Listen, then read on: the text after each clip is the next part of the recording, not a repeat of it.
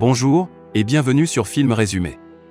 Aujourd'hui, je vais vous montrer un film d'horreur intitulé What the Pepper Saw. Spoiler à venir. Prenez soin de vous, et bon visionnage. Le film commence alors qu'une jolie femme nommée Sarah se prépare un bain. Et elle meurt en s'électrocutant. Quelques mois plus tard, on rencontre Elise. C'est la deuxième femme de Paul, après Sarah. Elle arrive dans la maison de campagne espagnole avec l'intention de s'occuper de la luxuriante demeure et de Marcus, le fils de Paul. Elise rencontre Marcus et le trouve impoli et arrogant. Il lui dit même qu'il a pris $1000 dans la table de chevet de son père pour payer un taxi. Après cette rencontre, Marcus développe des sentiments amoureux pour sa belle-mère. Marcus parle à Elise de l'épidémie de la varicelle. Plus tard dans la discussion, il lui demande quel âge elle a. Comme elle n'a que 22 ans, Marcus lui fait remarquer qu'elle est plus proche de ses 12 ans que des 40 de son père. Elle se met alors en colère et le met en garde contre des commentaires aussi obscènes. Marcus joue dans la salle de bain quand Elise reçoit un appel de Paul. Il demande à parler à son fils, et Elise apporte le téléphone à Marcus. Les deux discutent du voyage du père. En effet, Paul est un auteur qui signe actuellement un nouveau livre en France.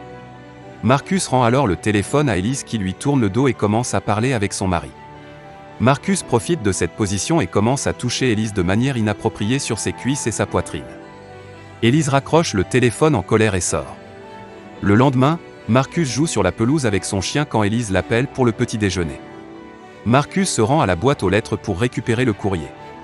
Il prend une lettre et la cache rapidement. Elise le voit et lui demande de quoi s'agit-il, mais Marcus l'ignore en disant que ça vient de l'école. Plus tard, Marcus va nager et lorsqu'il sort de la piscine, Elise va le sécher. Elle lui pose à nouveau des questions sur la lettre mais Marcus se met en colère. La scène suivante se passe à l'aéroport où Elise et Marcus sont allés chercher Paul. Pendant un instant, il y a une sorte de moment familial et les trois montent dans la voiture et partent. Le soir, Paul et sa femme partagent quelques moments intimes. Mais Elise est mal à l'aise. Elle voit alors Marcus dehors en train de jouer avec son chien. Elle demande à Paul si Marcus a des amis et Paul répond que oui, mais qu'il préfère être seul. Il dit que la mort de Sarah l'a brisé et que maintenant, ce dont il a besoin, c'est d'amour et d'attention. Il décide alors de déjeuner dehors car Marcus adore la nourriture chinoise. Au restaurant, Paul demande à Elise si elle a vu de l'argent qu'il avait laissé sur la table de nuit. Elise dit que c'est Marcus qui l'a pris mais Marcus nie. Paul dit qu'il voulait juste le savoir au cas où la femme de chambre l'aurait volé mais Elise soutient que la femme de chambre est une femme décente et honnête donc qu'elle ne volerait jamais rien. Elise oblige Marcus à révéler ce qu'il lui a dit, par rapport à l'argent pris pour le taxi, mais Marcus accuse Elise de mentir. Voulant mettre fin à cette situation, Paul leur dit qu'il n'y a pas de quoi faire une histoire. À partir de ce moment-là, Elise se dispute beaucoup avec son mari, ce qui fait un peu trembler les fondations de leur mariage.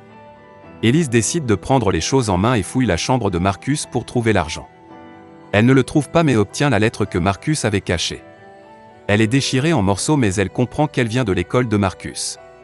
Apparemment, Marcus a été viré 8. Marcus découvre cela et parle alors à son père.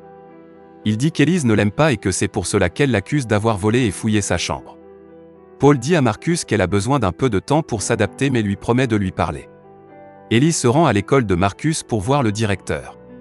Le vieil homme lui révèle que Marcus a été exclu à cause de son comportement bizarre. Il espionnait les couples qui partageaient des moments intimes dans le quartier, dessinait des images ambiguës, et une fois, il avait torturé et fait disparaître un chat.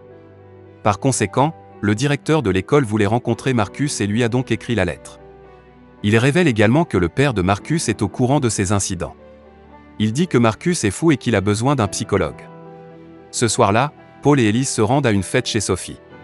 Il est révélé que Sophie était une amie de Sarah et que la maison dans laquelle elle vivait est celle où le couple habitait.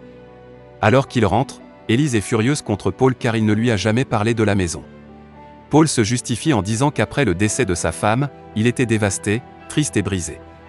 Tout ce qu'il voulait, c'était un nouveau départ et c'est pourquoi il a vendu la maison.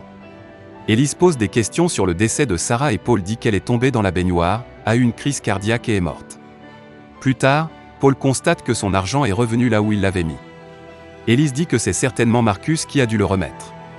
Elle poursuit en accusant Paul de fermer les yeux sur le mauvais comportement de son fils, y compris sur les raisons pour lesquelles il a été renvoyé.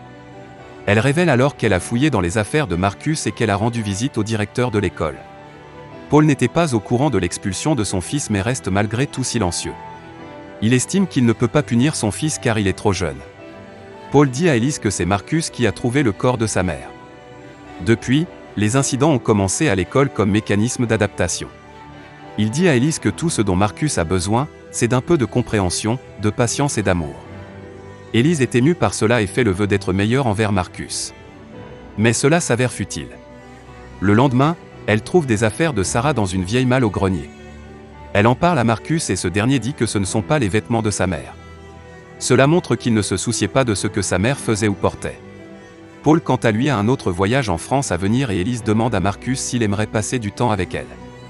Marcus, à ce stade, déteste sa belle-mère qui ne retourne pas ses avances amoureuses, alors il refuse en disant qu'il serait mieux tout seul. Il lui demande ensuite si elle est au courant de l'accident de sa mère. Elise est confuse car elle pensait que c'était une simple maladie qui avait tué Sarah. Elle interroge Marcus à ce sujet mais il lui dit impoliment de demander à son mari. Sarah retrouve alors Sophie sur la tombe de Sarah pour obtenir plus d'informations. Elle pense qu'elle doit connaître la vérité sur sa mort et interroge Sophie à ce sujet. Elise lui explique que Paul et Marcus hésitent à en parler. Elle retourne alors ensemble à la maison de Sophie et Sophie lui révèle ce qu'il s'est passé. C'était la fête d'anniversaire des 10 ans de Marcus. Comme Marcus ne voulait pas que des amis viennent, sa famille a décidé d'organiser une petite réunion. Sarah prenait un bain sans savoir que le cordon électrique s'était desséché, laissant un fil dépassé. Ainsi, lorsqu'elle a essayé de le toucher avec sa jambe, elle est décédée instantanément. Elle aurait pu survivre à l'électrocution si elle avait parlé à quelqu'un de son problème cardiaque. Elise est en colère contre son mari qui lui a caché une telle chose. Elle confronte rageusement Paul qui nie les allégations et les deux se disputent. Paul pense que sa femme le néglige tandis qu'Elise a l'impression d'avoir épousé la mauvaise famille. Elise est frustrée et commence à boire. Paul rentre à la maison et trouve Elise ivre. Elle s'approche de lui pour essayer de le séduire mais il la repousse. Comme il part pour la France ce jour-là, Elise propose de le conduire. Il la réprimande en disant qu'elle n'est pas en état de conduire et prend un taxi. Elise reste alors seule à pleurer. Elise se rend au grenier et découvre un Judas. Depuis celui-ci, elle peut facilement espionner ce qui se passe dans la chambre principale. Elle confronte Marcus qui lui révèle qu'il adore entendre ses conversations personnelles avec Paul. Celle-ci, dit-il, l'excite énormément. Elise en profite alors pour essayer d'obtenir plus d'informations de la part de Marcus, notamment au sujet du décès de sa mère. Marcus en profite et la fait chanter pour qu'elle retire ses vêtements. Elise fait ce qu'il lui demande et Marcus révèle qu'il regardait Sarah tout le temps. Cependant, Sarah n'était pas aussi attirante qu'elle. Il dit qu'il était le seul à connaître les problèmes cardiaques de Sarah car il avait trouvé une lettre de son médecin. Profondément perturbée après cette discussion, Elise rappelle Paul à la maison. Elle l'emmène au grenier pour lui montrer le fameux Judas mais il a été rempli entre-temps. Elle commence à accuser Marcus mais Paul en a assez. Lorsqu'Elise dit que Marcus a besoin d'un psychiatre, Paul soutient que c'est peut-être elle qui a des problèmes mentaux. Elise va alors voir un médecin et commence à décrire Marcus en détail. Le médecin ne croit pas qu'un enfant soit capable d'une telle manipulation et d'une telle tromperie, affirmant que c'est Elise qui a un problème. Elise poursuit son enquête et découvre que Marcus a effectivement fait disparaître sa propre mère. C'en est trop pour elle et elle commence à souffrir d'une dépression nerveuse. Au lieu de l'aider, cela confirme le fait qu'elle aurait des problèmes mentaux. À un moment, la famille trouve le chien de Marcus mort dans la piscine. Une fois de plus, Paul ne prend aucune mesure malgré ses doutes sur cette mort étrange. Elise est maintenant convaincue que Marcus veut la faire disparaître. Elle commence à faire des cauchemars et des crises psychotiques.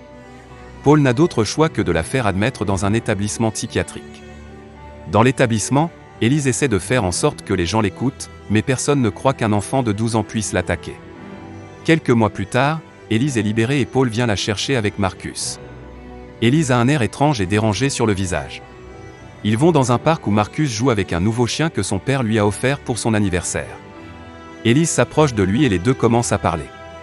Elise supplie Marcus de ne pas l'agresser. Elle dit qu'elle a appris sa leçon. Il devrait plutôt trouver un moyen de faire disparaître Paul pour que tous les deux puissent vivre heureux pour toujours. Comme il ne s'agit pas d'un conte de fées, la fin est tragique. Elise voit une voiture qui s'approche à toute vitesse. Elle prend le jouet que le chien poursuivait et le lance vers la route. Le chien court pour l'attraper. Marcus, qui est toujours un enfant dans le cœur, court pour sauver son chien de la catastrophe imminente. Le film se termine alors qu'Elise regarde la scène avec un sourire cette fois honnête. Après tout, les situations désespérées appellent des mesures désespérées. Assurez-vous de vous abonner pour pouvoir regarder plus de résumés de films comme celui-ci. Merci d'avoir regardé.